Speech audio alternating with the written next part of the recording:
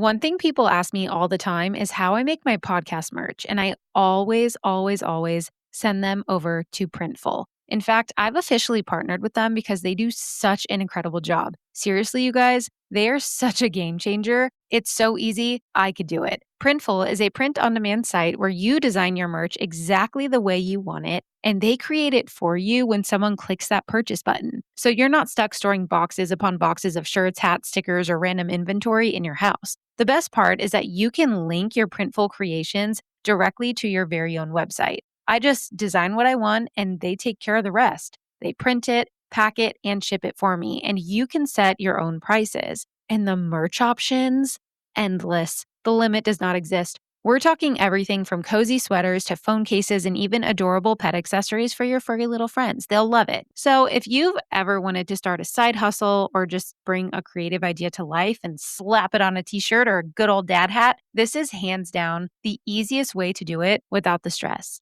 Head over to printful.com/a/suspects to let them know I sent you and get that creative juice a-flowing. The link is in the show notes to get started. Again, that's printful.com/a/suspects to let them know I sent you.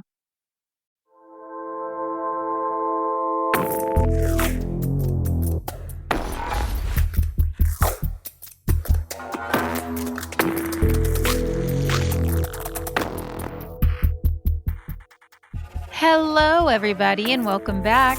This is Suspects and Spirits, and I'm your host, Taylor Seraphin. I hope you're all doing dandy, being good people, making good choices. I just got back from vacation, a little vacay, so I'm very sunburnt, but happy as a clam, a very sunburnt clam. I am lathered up in aloe and ready to tell you a story. And I've got a good story for you all today. It's very lighthearted. If you saw the title, then you might know who this is. But today's paranormal case involves a foul-mouthed mongoose who lived in someone's walls, claimed to be supernatural, and absolutely refused to mind his own business. And somehow, this is a real story that people swore actually happened. That being said, hold on to those butt cheeks. And if you like that kind of stuff, not the butt cheeks, but the weird stuff. Also, if you like butt cheeks, I mean, that's fine too. To each their own. But if you like talking mongooses, mongai, is it mongooses? I don't know. If you like paranormal stories with weird talking animals and ghosts and true crime and spooky shit, things that keep you up at night, you're in the right place. Make sure to hit that subscribe button, follow the pod on Instagram, TikTok, or other places where you follow things. And if you like this episode, be sure to leave a review and share it with a friend. Now, I have been wanting to cover this story for a hot minute, so let's dive in, because I want to talk about this nosy little critter who likes to go by Gef. Gef was allegedly a talking mongoose who inhabited a farmhouse owned by the Irving family in the 1930s. Now, the Irving family, they lived in Cashin's Gap near the Helmet of Dalby on the Isle of Man. I wasn't sure where that was, so if you don't know either, I looked it up for you. You're welcome. It is a self-governing British Crown dependency situated in the middle of the Irish Sea between Great Britain and Ireland. Okay, so that is where all of this took place during the 1930s. Now, it is said that in September of 1931, the Irving family, consisting of James, Margaret, and their 13-year-old daughter, Voirrey, claimed that one day they began hearing persistent scratching, rustling, and some vocal noises behind their farmhouse's wooden wall panels. So, of course, they were like, what is back there? Is there a rat stuck or some kind of other rodent? And according to the family, the sounds behind the wooden panels resembled a ferret, a dog, or a baby because, those sound the same. So after some digging around and attempting to figure out what this noise was, the Irvings claimed that a little creature popped out and introduced himself. But this was not any creature. No. This was an actual talking animal. And he said, "My name's Gef." But unlike Channing Tatum, he did not reference Boots or Dora or Swiper. He said, "My name is Gef with a G and only one F. So it looks like GIF, but it is pronounced Gef." Kind of reminds me of the whole GIF thing. What do you guys call them? Do you call them GIFs? Do you call them GIFs? I call them GIFs. But this little guy, his name is Gef with a G. And he told them that he was a mongoose who was born in New Delhi, India in 1852. And according to Voirrey, the daughter, Gef was the size of a small rat with a yellowish fur and a large, bushy tail. The Irvings claim that Gef had communicated to them that he was a, quote, extra, extra clever mongoose. And that is according to himself. That's what he called himself, as opposed to, just the regular clever ones. And he also claimed to be an earthbound spirit and even a ghost in the form of a weasel. But one of my favorite quotes from Gef is when he told the family, quote, I am a freak. I have hands and I have feet. And if you saw me, you'd faint. You'd be petrified, mummified, turned into stone or a pillar of salt. End quote. So Gef thinks very highly of himself, but he also knows that this is not a normal thing for people to see. Now, to be clear, no one ever actually saw Gef in full form. They saw fur, they saw tail, they saw that. They never saw his face or anything like that. They just knew that this was a talking animal with yellowish fur, a large bushy tail, who apparently, according to him, looked like a freak. And that is according to Gef. That is not my words. Those are his. Okay, I'm not shit talking Gef. But I will say, in my opinion, that Gef was a wily little guy. You never knew what he was going to do. And the Irving family, they weren't sure what to think of this new talking animal friend. He could be really crude and mean and then suddenly super nice. He was just very unpredictable. For example, there was one time when James Irving was sitting around reading the paper, just minding his own business, when Gef yelled out, quote, read it out, you fat-headed gnome, end quote. So he was a spicy little critter. Calling someone a fat-headed gnome is a pretty solid insult, I would say. So they got off to kind of a rocky start, but eventually the Irvings and Gef became really close. And they even said that he would guard their house and would inform them of approaching guests or any unfamiliar dogs or animals. And if someone forgot to put the fire out at night, Gef was like, oh my gosh, we don't want the house to burn down. So he would go down and he would stop the stove. Gef would also wake up people when they overslept. And whenever mice got into the house, he would just assume the role of a cat, basically, although he preferred to scare them rather than killing them. So he would just scare off the mice. And they really appreciated this. So as they grew closer to Gef, they would leave him food. He loved to eat biscuits, chocolates, bananas, and sometimes they would leave leftover food for him in a saucer that was suspended from the ceiling. And he would go and he would take it when he thought no one was watching. So they really loved Gef. They took very good care of him. And in return, he helped them. Gef would also regularly accompany them on their trips to the market, but he always stayed on the other side of the hedges. He would chat incessantly, spilling all the tea, all the gossip about everyone in town. And this little guy, he loved spying on people. He would spy on them through their windows. He would follow villagers into towns. He watched farmers work in their fields and then would report what they were saying. He would talk about conversations he'd overheard, and he would even comment on people's love lives, like their romances and their affairs. Gef would go out and wander the town and then come back to the Irvings and tell them everything, basically. He was always revealing private conversations and local gossip, leaving everyone wondering how he could possibly know any of that info. Now, believers in the town eventually saw this as evidence that Gef really did travel around the island, while skeptics argued that James, the father, or Voiri, the daughter, could have just simply overheard that information through ordinary village chatter. But visitors to the family were always shocked to hear this information. So if they had people over, Gef would allegedly hide in the walls, listening to every word before chiming in with sarcastic remarks or embarrassing comments. He would insult guests, he would expose things that they had said, or he would just suddenly answer questions that weren't even directed at him. So our guy Gef, he just knew everyone's business, or at least he claimed to. That's why his hair was so fluffy. It was full of secrets. Now, whether that was true or not, if he really did know everything, it definitely fits his personality, because he portrayed himself as an all-knowing, nosy little menace who seemed to delight in making people very, very uncomfortable. Now, as you can imagine, this story of a talking mongoose in the 1930s became very popular in tabloid press, and many journalists flocked to the aisle to try and catch a glimpse of this talking creature. And many other people, not just the Irvings, both locals and visitors, claimed to have heard Gef's voice, but only a handful claimed to have actually seen him. And one of those people was named Arthur Morrison. Arthur was the son of Charles Morrison, who was a close friend of James Irving, the owner of the farmhouse. And he reportedly went to visit the family one day, and he arrived very skeptical, believing that this whole thing was probably just some kind of a joke. It was a trick, whatever. Until that evening, when he claimed that Gef actually greeted him from inside the walls, introduced himself, and then made really bizarre threats toward Arthur. Gef reportedly said things like, "Who's that? I don't want him here. I'll tear him to pieces. I'll bite him. I'll scratch his eyes out."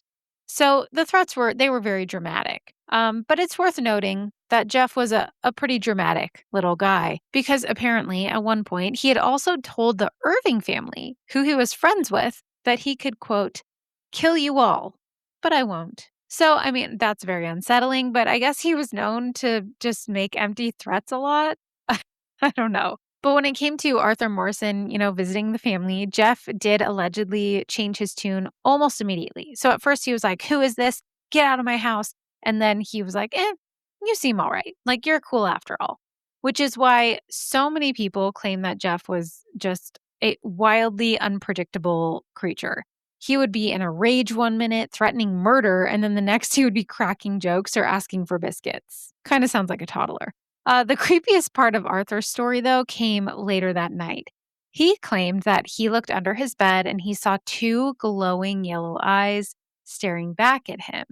Now, Gef supposedly hissed and spat at Arthur and then warned him not to interfere or question the Irving family. Arthur said that the talking and scratching continued throughout the entire night, leaving him convinced that he'd experienced something inexplicable. And by morning, he had actually apologized to the Irving family for doubting them and said that he was convinced he had not witnessed a hoax. So now we have, the Irving family claiming that there's this talking creature in their home. They're getting visitors who are hearing voices inside their walls. And then their family friend Arthur comes to stay with them and claims he sees him and hears him as well. So the talk in the town is spreading like wildfire. And then two more people came into the story, and these were teenagers. Their names were Will Cubbin and Henry Hall. And they just kind of, lived nearby, and they often went over to the Irving's house. And these boys, they actually claimed to have seen Gef in Will's backyard. And they described him as a yellow creature with a black spot on his tail. They had also apparently encountered Gef after initially trying to see if he was real. So the story goes that one day, James Irving was talking to the boys about Gef and that he knew things he couldn't possibly know. And he had told the boys at one point that Gef could tell whether a penny had landed heads or tails, even if he couldn't see it. And it's important to note that by this time, James Irving, the father, he began documenting all of these strange events in a diary. And according to this diary that he kept, he was talking to the boys about the penny thing. And he decided to toss a penny and place it on the porch windowsill. He then turned and he was starting to walk into the house when he heard Gef yell, "Tails," which was correct. The experiment was repeated with another toss, and Gef was correct again. And on the third attempt, they actually decided not to flip the coin, and Gef reportedly shouted, quote, "You did not turn the penny," end quote. So the boys, Henry and Will, they witnessed all of this, and they described Gef's voice as a very high-pitched and screechy tone, unlike any animal they had ever heard before. So then, of course, Will Cubbin, he was like, "I'm going to do my own experiment. I'm going to see if this is really happening. Like, are they tricking me? How is this even real?" So he decided he was going to go upstairs to Voiry Irving's bedroom, and he was going to place a penny on a chair. He then left the room, and when he came back a little while later, the coin had vanished. So he was like, maybe somebody took it. But Voiry had not been in her room at all that day. And then later on, he went back up to the bedroom, and it mysteriously reappeared. Now, whether this was Gef moving the penny or somebody playing a trick on Will, that was never established. But here at this podcast, we believe it was Gef. Listen, I love this mongoose, okay?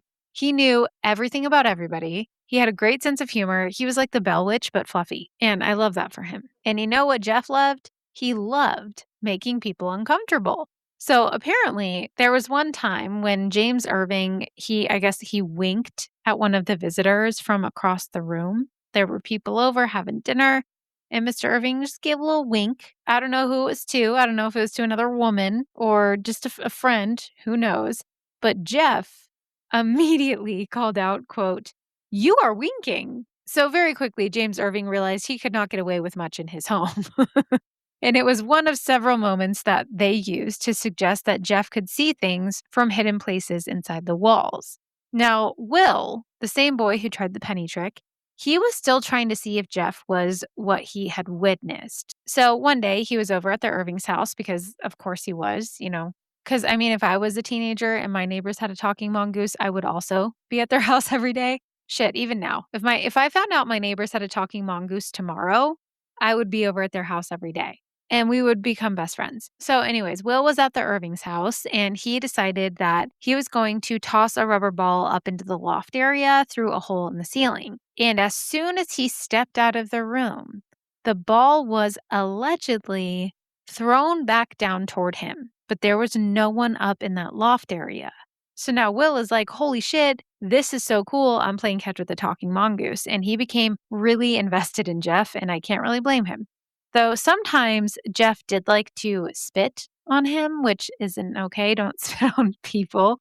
But he also used to tell Will and Henry that he would, quote, wet on their heads, which I can only imagine means pee on them. Unless that also means spit, then that's a weird way to say that. So I guess Gef could take things a little far, but Will emphasized that Gef seemed to be doing it to make everyone laugh and that he laughed with them afterwards. So they were just clowning, just messing around. So Gef, he was clearly not dangerous, just a tiny, foul-mouthed prankster. And according to the Irvings and Will and Henry, Gef also reportedly liked to just go on rants. Like he would just rant about anything. And during one of his rants, he actually insulted the homes that he had visited, including the Irving's home, saying, quote, "I have been to nicer homes than this. Carpets, pianos, satin covers on polished tables. I'm going back there," end quote. So, like, damn, Gef, don't shit where you eat, dude. They give you biscuits and chocolate. Don't insult their home. I'm sure the farmhouse was lovely.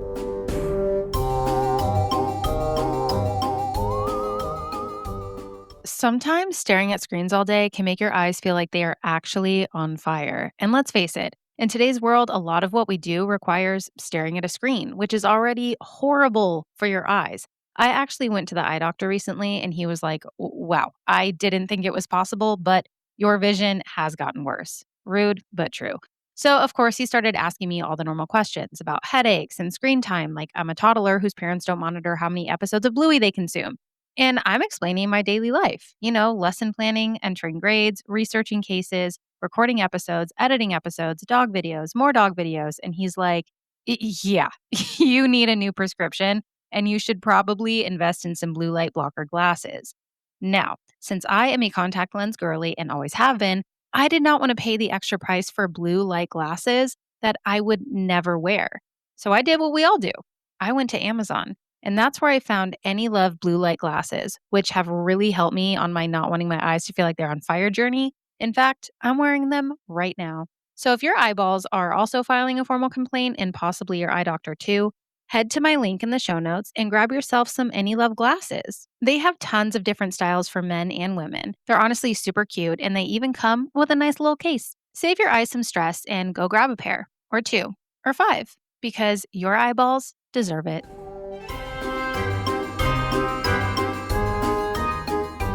Now, that being said, Gef was also known to throw things. So he would go on rants and he would throw shit. You know how female octopus will they'll throw rocks and dirt at male octopus when they want them to go away? Well, that was Gef, but with everyone and everything. You never knew what was going to happen or when he was going to go berserk. And he specifically liked to throw stones. And he also, unfortunately, killed rabbits sometimes. I'm not sure if he ate them or what that was about. But I mean, overall, Gef seemed pretty multifaceted because he apparently also liked to sing. And one of his favorite songs was Home on the Range. Can you imagine just being serenaded by a mongoose? That's going on my bucket list. So, of course, all of this was making huge news. Tabloids were writing about it. Newspapers were writing about it. Everyone was like, hey, did you hear about that talking mongoose who knows everyone's business and likes to threaten to pee on people? And by the mid-1930s, the story of Gef had spread so far beyond the Isle of Man. Newspapers all across Britain were reporting on the talking mongoose, and paranormal enthusiasts began offering their own explanations. There were some spiritualists and psychic researchers who believed that Gef wasn't an animal at all, but rather just a spirit entity. They theorized that he could be an elemental, which is a mischievous nature spirit. Some of them also said that maybe he was a poltergeist or even the ghost of a deceased person using the image of a mongoose to communicate. Their conclusions were based pretty largely on the bizarre behavior attributed to Gef, like his ability to speak, predict events, move objects, and seemingly just know things that he shouldn't. And one of the people who was drawn to the case was named Harry Price. And although he was often associated with the supernatural community at the time, he was actually a magician. He was just a magician. And he was also an investigator who specialized in examining paranormal claims, or so he says.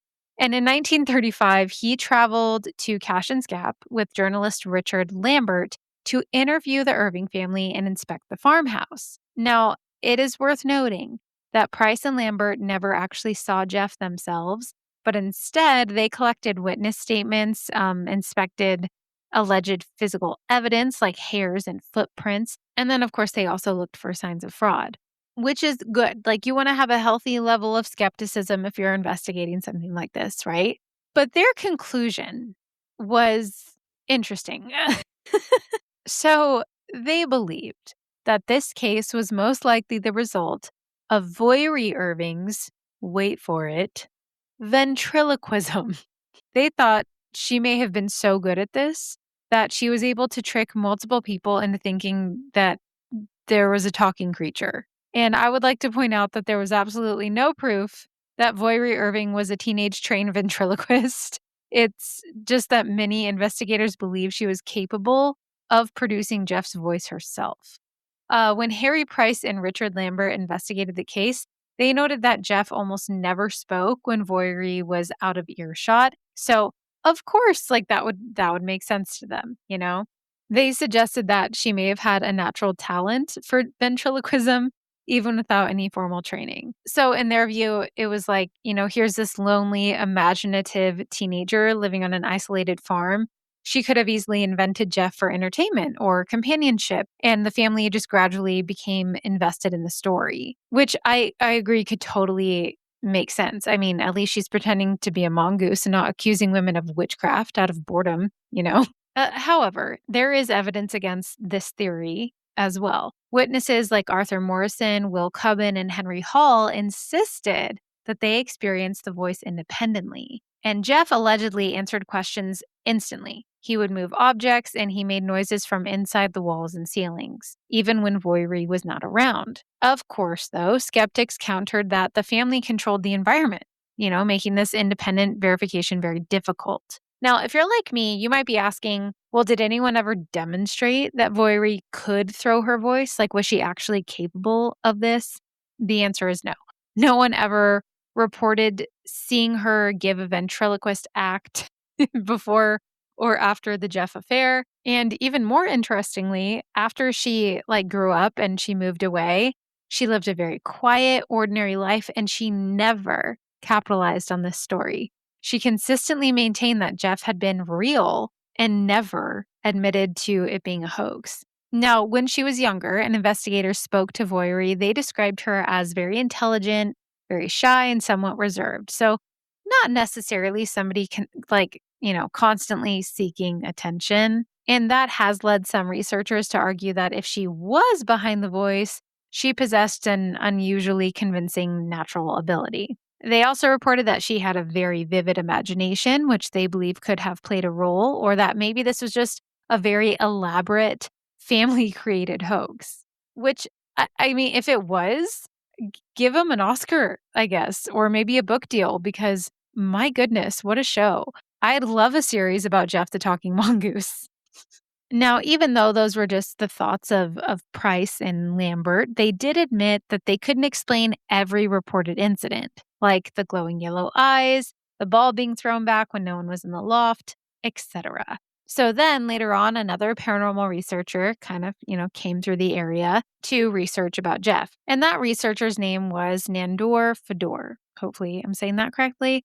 And they were a research officer for the International Institute for Psychical Research. They actually stayed at the home for like a week and they never saw Gef, but did approach the case from a very different angle. So according to him, he thought maybe it was like a split personality situation with James Irving, that Gef was like part of a multiple personality situation, or that it could have been a form of psychic projection or even a poltergeist centered around Voiry Irving. Because of course, she's a teenager and they were like, oh, we got another one. We got another girl going through puberty.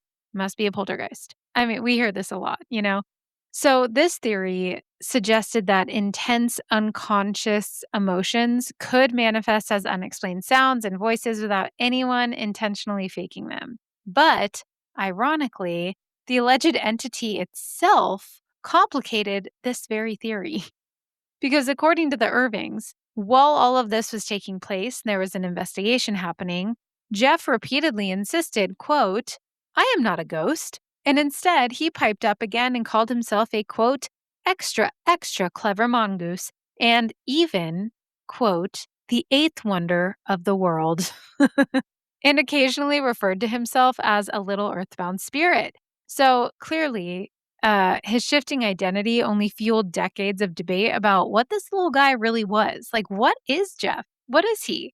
And no one knew. Even skeptics were like, well, we think it's the family, but we're not really sure how they're doing this. And by 1935, the Irving family had spent years just claiming that Gef, lived in the walls and the rafters of their farmhouse. They even said that he would occasionally leave behind tufts of fur or paw prints and even bite marks that could prove he was a real creature. So obviously, when that paranormal researcher, Harry Price, and journalist Richard S. Lambert were investigating the case, they were like, all right, well, give us something a little more substantial than just people's word. We want more than just stories.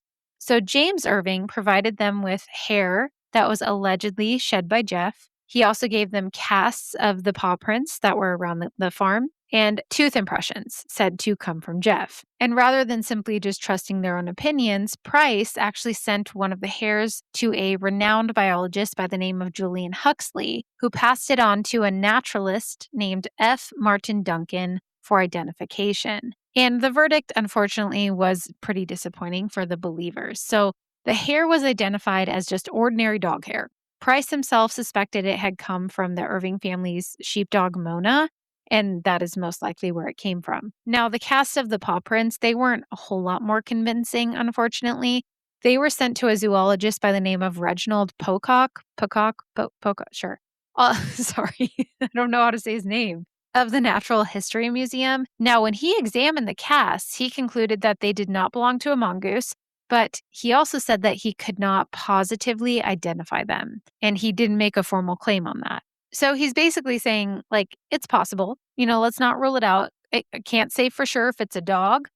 I definitely can say it's not a mongoose, but he wasn't going to make a formal claim. So, I mean, I don't know. Maybe he wasn't even a mongoose. Maybe he just resembled one and he was some kind of cryptid. And that's why they couldn't figure out what he was. That's one of my theories. So he was just some weird animal, some weird cryptid that they couldn't identify.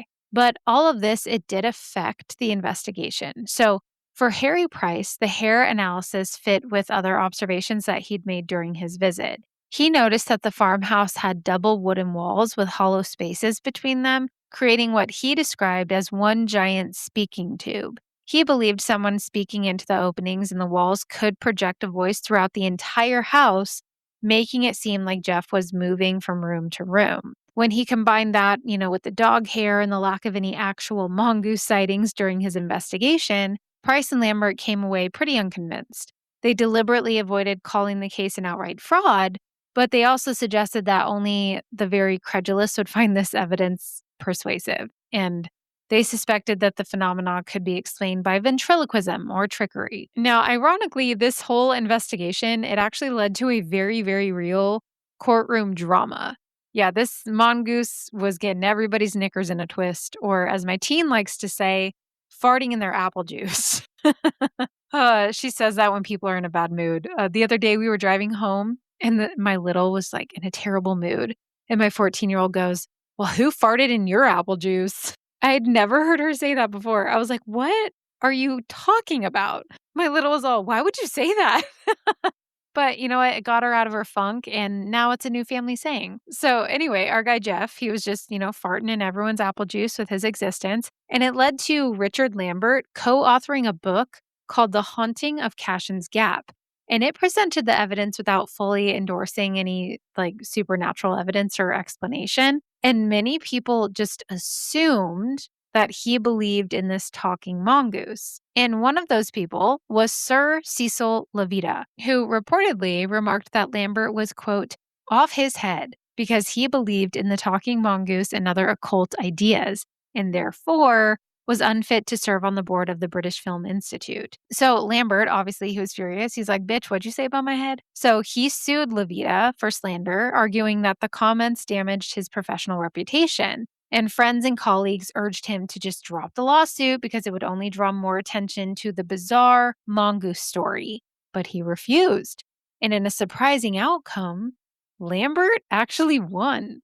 So the court awarded him £7,600 in damages. So in today's money, that would be £644,800, which in American money is equal to about $863,451. So he did pretty good. That's an enormous sum for a slander case, especially at the time. The lawsuit became nationally famous as the Mongoose case. Now, by the mid 1940s, this whole phenomenon had largely faded. Jeff was reportedly becoming quieter, and eventually he just stopped speaking altogether. Some researchers noted that this coincided with James Irving's declining health and Voiry growing into adulthood and, spending less time at the farmhouse, which, of course, skeptics consider to be very significant. James Irving, he unfortunately died in 1945 after years of living at Cashin's Gap. He had remained very steadfast in his belief that Jeff was real, and he kept detailed diaries documenting every single encounter. Now, as for Margaret and Voiry, his wife and daughter, they actually could no longer keep the farm after his passing because the property had gained a reputation as the home of the talking mongoose, which you would think more people would want to buy the farm because of that, but back then they were like, "Nah, we don't we don't want your mongoose farm." And they reportedly had a very difficult time selling it, but when they did eventually sell it, a man named Leslie Graham bought it for way less than it was worth, and they left the farmhouse and moved away. But the story didn't end there, because after buying the farm, Leslie Graham claimed that in 1946, he encountered a strange animal on the property. And he, for some reason, shot it and then showed the body to reporters, saying that he believed he killed the famous Jeff. He then stuffed him and mounted him on his wall, which, why? Why would you kill it? That part really upset me. If you thought you saw Jeff, leave him alone, you know? But as irritating as that is, there was a problem. Witnesses described this dead animal as black and white, not yellow. Because remember, our guy Jeff, he was yellow. And this was much larger than any creature the Irvings had ever described. Many claimed that it just looked like an ordinary mustelid than the famous talking mongoose. And if you're not sure, mustelids are the family that weasels belong to. So it could have been a weasel, a badger, or even a wolverine. But mongoose, they're not mustelids. So many people in the community were like, I don't know if that's Jeff. And that's when, of course, they had to ask Voiry what she thought because she had lived with him. She had seen him. And when Voiry came to see the specimen, she reportedly said, "That isn't Jeff." So, thank goodness it wasn't. I would be very upset. I'm still upset that he just killed an animal for no reason, but it wasn't Jeff. And just like that, the mystery remained unsolved. And Voiry, as I said before, she lived a very quiet life after that. She never became a performer or tried to profit from her ventriloquism or even this story. Even late in life, she never admitted that Jeff had been a hoax. And in interviews before her death, which was in 2005, she maintained that she had not invented him, that he was a real talking creature. And as for the farmhouse, known as Cashin's Gap, It did not survive, unfortunately. It eventually fell into disrepair and it was demolished, erasing the physical setting of one of the strangest paranormal tales to ever exist. James Irving died believing in Gef. Voyery died never confessing, and the farmhouse is gone. So if there ever was an extra clever mongoose hiding in the walls of Cashin's Gap, he took the truth with him. So there you have it, guys. That is the story of Gef the Talking Mongoose, my new spirit animal. I fully believe in reincarnation. So one of my theories, aside from him just, being a cryptid, is that Gef was maybe the reincarnation of a spicy old lady who spent her previous life peeking through lace curtains, knowing everyone's business, and just starting drama to have something to do. I feel like that's a really fun theory. And if I'm ever reincarnated, I would love to come back as a talking mongoose. And if he wasn't just a reincarnated spicy old lady, then he was a cryptid. But we may never know. If you enjoyed this episode, be sure to share it with a friend who would truly appreciate Gef. And be sure to rate, review, and subscribe and let me know what you'd be reincarnated as. DM me, leave a comment on the post. Maybe I'll do a poll about Gef or about reincarnation. But, before we go, next week I will be on vacation. My sister's getting married. We're going on a bachelorette trip. It's going to be super fun. So send some good vibes and hydration my way. Hopefully I don't die on a horse or a boat or anything. But if I do, I'll make sure to haunt you guys. So no worries. My point being, because I'm going on another vacation, next week's true crime case on July 8th will be a revisit. So that means it's just going to be an older episode for fun, in case any new listeners who listen backwards or out of order, or if you just haven't gotten to it yet, I don't know. It's also because I just don't have the bandwidth to continue batch recording for the rest of my life. It's a lot. And this is the first time I'm ever doing a revisit. I don't plan on doing this often, but other podcasts do it all the time. So don't yell at me. We'll be back to our regularly scheduled program when I return from vacation the following week. And that being said, that is all I have for you guys today. Thank you for listening. Thanks for hanging out with me again today. Make good choices. Be good humans. Respect talking animals. Don't let anyone fart in your apple juice. And as always, remember to trust your lizard brain. Until next time. Goodbye.